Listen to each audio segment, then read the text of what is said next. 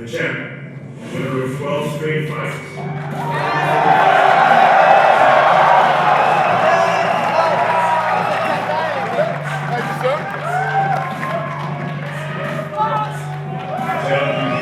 UFC Featherweight Championship, riding the longest finish streak in all of the UFC, is T.C. Ryan Ortega.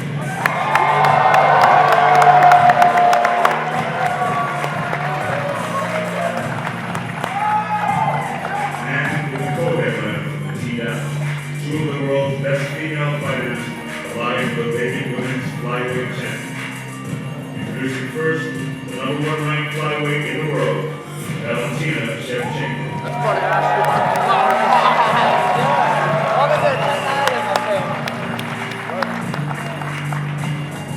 And her opponent, the former strawweight champion of the world, Polish superstar, Ortega.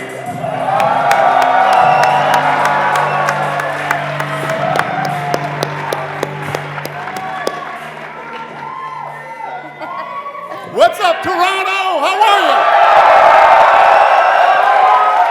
It's good to be back here. I love this city. Thanks for coming out today. Who has the first question? Let's go, Black! Max over here. What up, brother? Rob. Welcome back, man. Every fight is a unique experience. Every single time you walk out, it's a little bit different. Have you walked through in your mind how it's going to feel different after a year off? Man, you know, it's going to be the same thing, you know. I want to know every fight. There's nothing new, you know.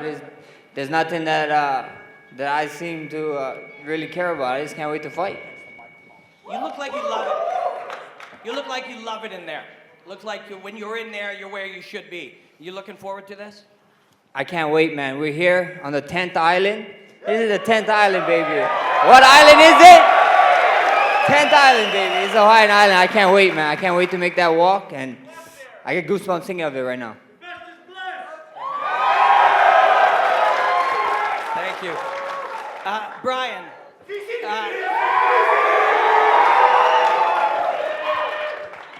Gracie Jiu-Jitsu is not just grappling. We think of it as grappling, but the best fighters are neither grapplers nor strikers. When you knocked out Frankie Edgar, is that still Gracie Jiu-Jitsu?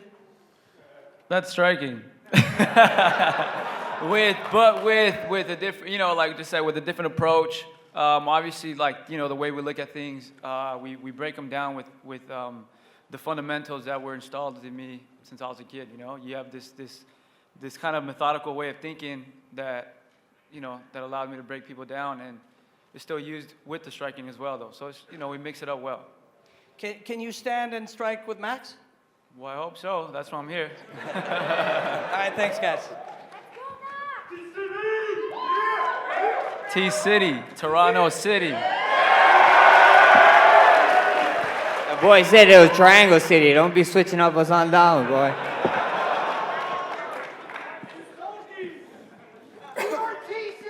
Who's next? Who's got the next question? Max, down here. You've made a connection with the people of Toronto. How have you done that, and what have you made about the reception you've had so far? You know, this is the 10th island. Let me hear you say it. What island is it? Come on, guys, come on. What's what it called? Island is it? T-City! 10th island, baby. It is what it is. You know, we're here. I got the love, I got the support. It's the 10th island, and I can't wait. And a question for Brian.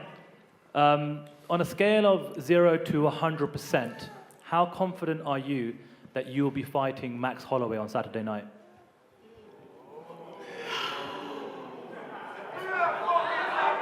How sure are we? I can't answer that.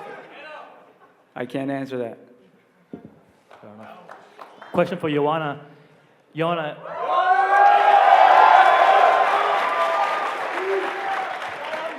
nice t-shirt. Thank you guys for warm welcome. It's good to be back to Canada. if you win on Saturday night, you'll be a two-weight champion in the UFC. What will that mean for your legacy here? There is no if. After victory on Saturday, after my victory on Saturday, I will prove that I'm the GOAT of women's MMA. And one final question for Valentina. Valentina, you've got wins over Joanna in other combat sports. Do you think you have a psychological edge coming into this fight on Saturday night in MMA? You know, for me, result, it's already like, I know the result. And there is no way that I will left this city without the belt. No. One I hear for Max. Max, this is the longest layoff of your career. You fought 18 times in your first 6 years in the UFC. When was the last time you went a year without getting in an actual fight of some sort, even if it was your pre-MMA career? Look, my friend, the Bless Express just stopped in Toronto, baby, the 10th island. And you guys keep bringing up the last stop, you know? Next stop is T-City. Make sure you guys stay in the train when we get to that stop, because that stop's gonna be fast and we'll be on to the next one. Don't miss it. You said in some interviews this week that when you go in there, people are gonna say, "Whoa!" They're gonna be surprised with what you do in there. Give us some insight. What are you gonna do in there against Brian Ortega? Tune in Saturday night. That's the best way to do it. Tune in Saturday night. And just one for Joanna. Joanna, how have you prepared for this move up, and how are you feeling a few days out from this fight without having to do that weight cut to 115? First thing, I feel so happy, and this camp I realized how difficult it is and how the weight cut and being on strict diet for so many weeks can impact your body, your brain, and your performance. So this camp was different because I was able to do more. Actually, before every camp, I'm like, quality over quantity, but actually it was quality and quantity every single day. And because of I was eating clean and healthy, but more, I was able to train even harder. So I'm well prepared for this fight. It's a great matchup between me and Valentina. She's very tough physically, mentally. She knows what she wants, and she doesn't give up. She never gives up. So I'm looking forward Saturday, but I'm in the best shape ever. You can see that I look strong, but I'm very powerful and ready to take this belt home, baby. And just one for Dana. This 125 women's class, there's been a lot of turbulence since The Ultimate Fighter, but now with these two women up here, this big fight, is this the best case scenario for this weight class for this title fight? Yeah, absolutely. I mean, you couldn't ask for a better fight for this belt. And the co-main event and the main event are awesome. I said it when I came out here. I love this city. I couldn't wait to get here, to get to Toronto. And I couldn't wait for these fights. I'm so excited for this weekend. Yeah. Dana, you mentioned your love of the city. The UFC 206 was here 2 years ago. People thought it was a bad card on paper, but it was sold out. This card is sold out. You come to Canada 3 times a year. Could Toronto be like New York, where you come here every single year? Yeah, listen, we've been coming here since the day it opened up. Since the day Toronto opened up, we've been coming here. I can't say it enough how much I love the city and how much I love coming here, even the winter. And listen, we come to Toronto every chance we get. We love it. And the MAMAC tour. They didn't want to come. I said, trust me, you got to go to Toronto. Trust me. And it was awesome. It was the best stop on the tour, 100%. For Joanna, a lot's been made of the 3 Muay Thai fights from, 10 years ago. Do you consider them either a motivating factor, or do you think they don't matter at all? I know how good she is. My camp, my coaches, they know how good she is. They were preparing Amanda Nunes for 2 fights with Valentina Shevchenko. So we had the perfect plan even before we heard about this fight, even before I signed the agreement for this fight. So I'm more than ready, and I look forward. I don't look back, you know. I take lesson from every single day, but I'm moving forward, and it doesn't matter. It doesn't matter. It was a decade ago. It's totally different pair of shoes, different field. And I went through the championship runs so many times. It's going to be my 12th fight in the UFC, 9th for the belt. It means a lot. Same question for Valentina. Do you think it gives you a mental edge? Can you repeat? Do you think that they give you a mental edge, those 3 wins? You know, of course, experience that I had in my Muay Thai victories over Joanna, it will bring me a lot because, like I said, one thing when you are faced someone who you don't know the power, the speed, and the rest. I know what to expect from Joanna. I know her power, I know her speed, and you know, it's totally fine with me that she's ready 100% because I never was looking for a fight with fighter who not ready for the fight. This is not my type of the game. I really like to do great fight with a lot of striking, with a lot of combinations, with everything, and just put everything that I have inside me, what I was keeping to win the fight, win the belt, because I was going for the long time to this victory, and just to show amazing show for all of you guys. It's been a really long road to a title for you, Valentina. It's been kind of eluding you while you've been in the UFC. You've had a lot of issues with fighters not showing up or different circumstances. Even your sister had a fighter not make weight this last week. How happy are you that you have an opponent like Joanna who you know is going to show up?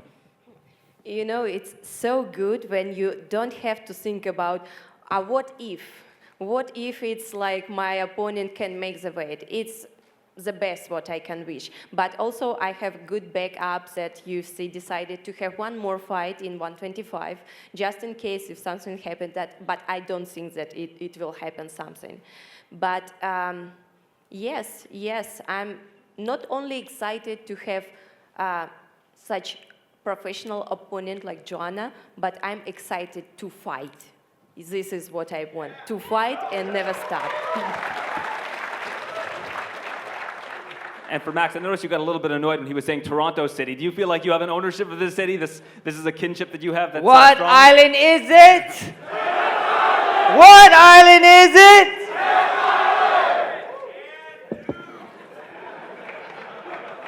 Has anything stood out to you about the city, Brian, since you've been here? Say that again. Has anything stood out to you in particular about the city since you've been here? Anything that you've connected with? It feels like LA. It feels like I'm at home, man. You know, when I come in here and you look around, you see it feels a lot like LA because of the multicultural that you have around here. And it's just beautiful when you see all these people getting along together just like we do in LA. I feel right at home. Only it's colder over here.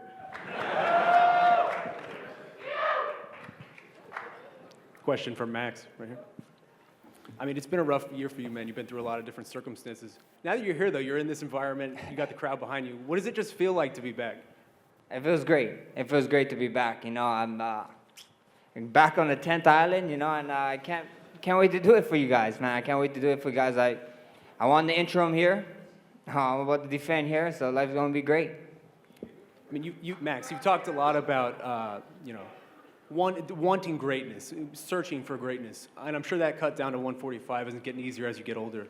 Is there a chance that this is your last fight at featherweight and 155 is the next hurdle you're looking at? Look, we see it happens, you know. First things first, I got him Saturday night. I sit down with UFC, you know, and, I've been a champion.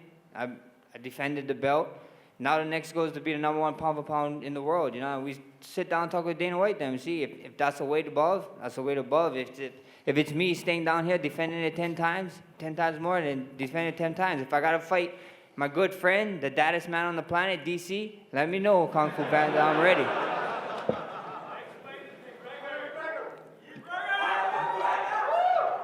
You've been ready for Brian for most of the year at this point. I'm just curious for your thoughts, having watched him and studied for him. Like, what do you think it is that makes his jiu-jitsu so successful in there? You know, he's good. He's a dangerous man, you know, but everybody keep talking about Brian and this and that. Everything the guy did, I did better. He's on what, 6-fight win streak? I got 12. He beat a champion, I beat 2. And I beat one of them twice. You know, so at the end of the day, the Blessed Express is going around in a circle. We laughing you, bro. You know, and little brother, and I'm younger than you, so, you know, congratulations. And just quickly for Brian, when you hear him say that everything you did, he did better, do you have a response? Sometimes the best response is no response. sometimes you don't have a response. So Someone is still delirious. what do you say? I said you're still delirious.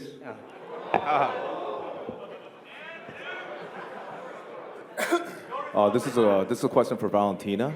Valentina, you had a lot of great opponents in the past in your outstanding career. Do you think this upcoming fight will be your toughest opponent, or will it just be another fight for you? I fought with girls much heavier than me, with different strength, and I was not feel like not strong enough for that. I was fighting for the belt in bantamweight division, and of course, what I thinking about each fighter that I have to prepare for each fight like it's my last fight, and of course, I think that it will be great fight, and yes, I expecting a lot from this fight. And Joanna, the same thing. Outstanding career, a lot of great opponents in the past. Do you think this upcoming fight will be your toughest challenge? Yeah, definitely. She's my next big challenge, and I look at this also the other way. Like Valentina was multiple Muay Thai world champion, me the same way, and it's beautiful that we were fighting for the best Muay Thai organization in the world, and now we're meeting like in the best MMA organization in the world, in the UFC. That's beautiful for martial arts and for Muay Thai as well, for the Muay Thai community, you know. And definitely, she's very, like I said, she's very tough physically, mentally, but I'm more than ready, and I bet she didn't feel good in the bantamweight division because she's not that big. Actually, she looks small for the bantamweight division, but I'm very happy to be back to the flyweight division. I used to fight in Muay Thai, kickboxing and boxing, and Muay Thai in flyweight division because before I joined the UFC, there was no flyweight division, but I was waiting for this division, and finally it's happening, and it was my big dream to fight for this belt. But I'm 100% very strong, physically, mentally, and we're gonna put on a hell of a fight. Awesome. And final question for Max. You're loving Toronto and everything. Someday, do you want to buy a house on Yonge Street here in downtown Toronto? Become a resident of Toronto? How was that? What you said? I wanted to buy a house? Yeah, like you were loving Toronto. I can see it, the Toronto love. Would you like to someday down the road buy a house here on Yonge Street in downtown Toronto? For sure. The 10th island. I need a house on the 10th island. I need a house on every island. So yeah, why not?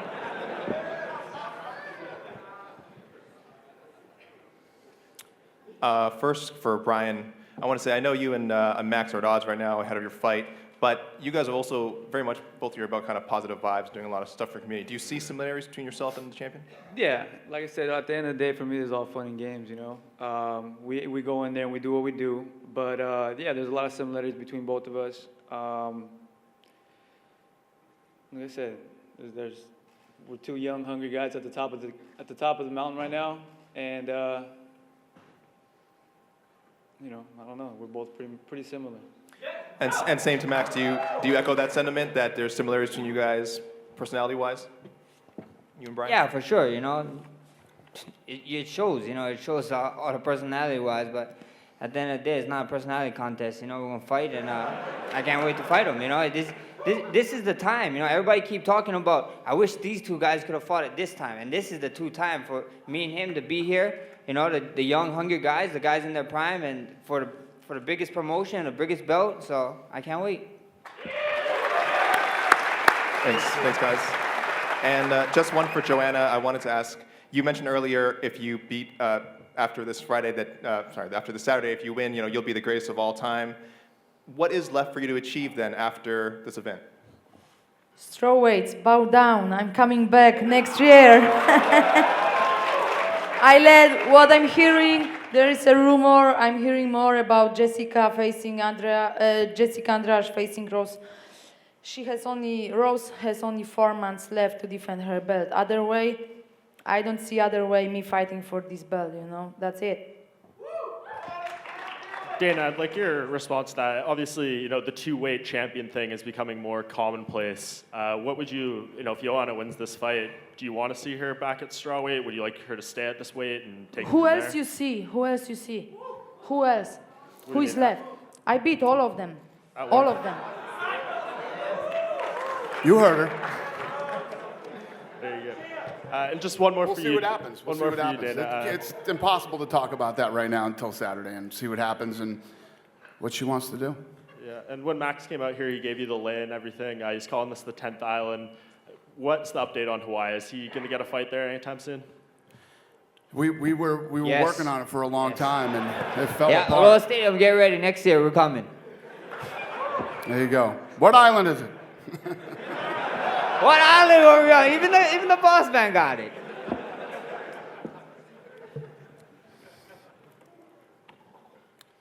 Question? Yep. Brian? I mean, at this point, I think a lot of people consider both of you guys the two best in the featherweight division, and you're both in your prime. You're both mid-20s. Do you feel like this is a rivalry that probably you guys are going to meet again, regardless of what happens on Saturday? Yeah. He ain't going nowhere, neither am I. And there's no more room at the top.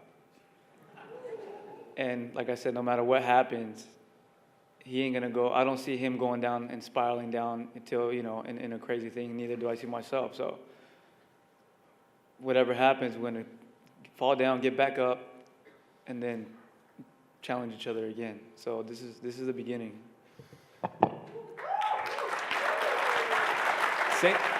Same question for Max.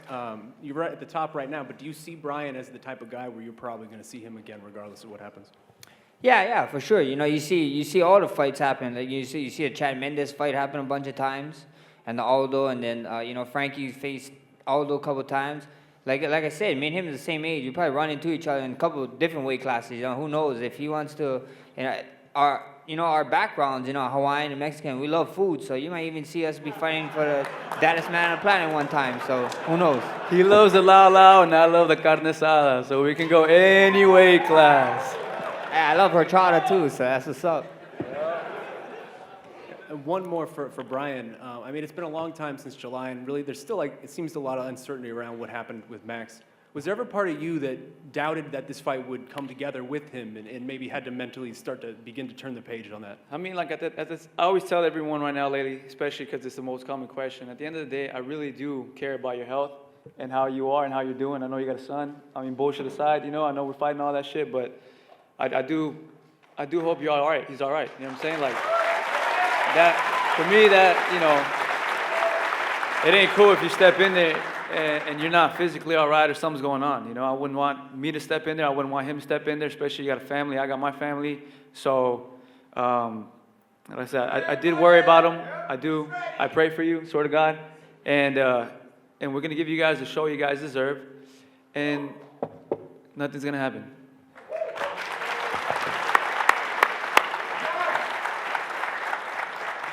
Question for both Max and Brian. We've seen a lot of great featherweight title fights over the history of the division. Although, It's going to be the greatest.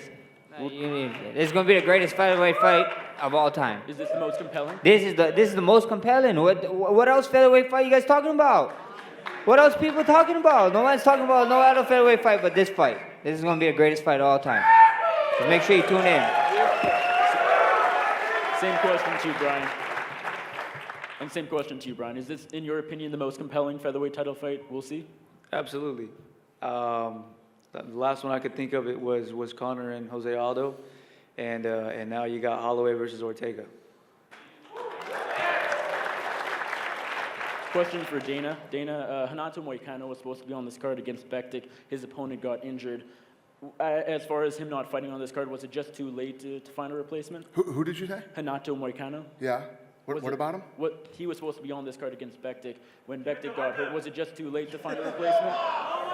Is he what? Was it just too late to find a replacement? He's here. He's on weight and he's here. Right, but he's not fighting or he's not scheduled to. Let's hope not. Okay. We got time. You done? Yep. Yeah, we got time for one more question. Anybody? One more? Let's get to the face-offs. All right. Hey, Toronto, thanks for everything. We appreciate you. Let's square these guys off.